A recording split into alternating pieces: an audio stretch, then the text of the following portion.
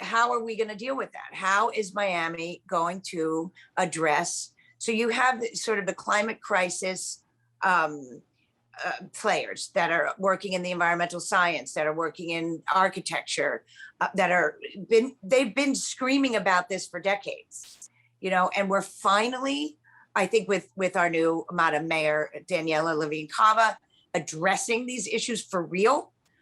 We have wonderful people at the Everglades Foundation that have done so much great work in preserving the Everglades. And so these are no longer things that can be put off.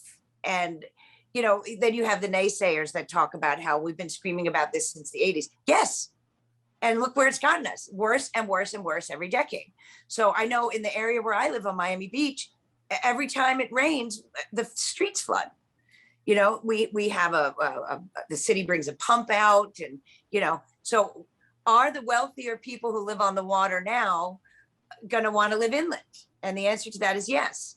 And so what is happening with Liberty City, Overtown, Little Haiti, which Little Haiti has now been sort of identified as the area to live when the climate, when the sea levels are rising and the water's coming up from underground. So now that area is completely changing.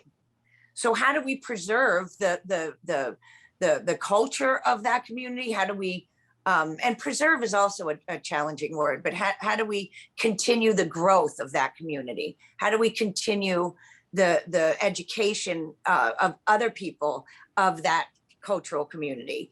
And how does that community continue to move upward, to thrive, while it's being threatened from all different angles closing in on it?